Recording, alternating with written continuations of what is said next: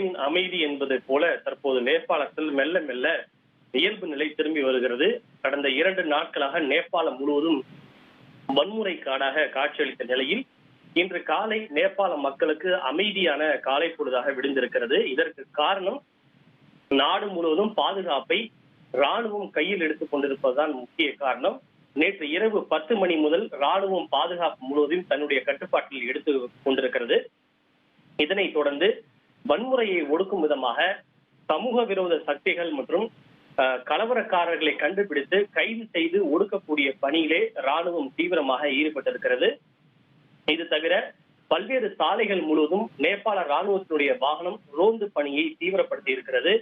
நேற்று இரவு நாட்டு மக்கள் மத்தியில் உரையாற்றிய நேபாள ராணுவ தளபதி அவர்கள் கலவரக்காரர்கள் வன்முறையை கைவிட்டுவிட்டு நிதானத்தை கடைபிடித்து அமைதியாக இருக்குமாறும் பேச்சுவார்த்தைக்கு வருமாறும் அழைப்பு விடுத்திருக்கிறார். நேற்றைய தினம் நேபாள நாட்டினுடைய பாராளுமன்ற கட்டிடம், உச்சநீதிமன்ற கட்டிடம், முன்னாள் மற்றும் இந்நாள் ஆட்சியாளர்களுடைய வீடுகள் ஆகியவை அனைத்தும் வன்முறையாளர்களால் போராட்டக்காரர்களால் சேதப்படுத்தப்பட்டு தீக்கிரையாக்கப்பட்டது. இந்த சூழ்நிலையில் அந்த எச்சங்களுடன் இன்று நேபாளத்தில் மெல்ல மெல்ல இயல்பு நிலை திரும்பி வருகிறது. ஆனால் இந்த நிலை அப்படியே நீடிக்குமா அல்லது அடுத்தடுத்த நாடுகள் போராட்டம் மீண்டும் வேறொரு விடயத்தில் விஸ்வரூபம் பெறுமா என்பது தெரியாது. ஏனென்றால் வங்கதேசத்தில் கூட இப்படித்தான் வன்முறை விஸ்வரூபம் எடுத்தது. பின்னர் சில நாட்கள் அடங்கியிருந்த நிலையில் மீண்டும் வன்முறை சம்பவங்கள் அரங்கேற தொடங்கியது.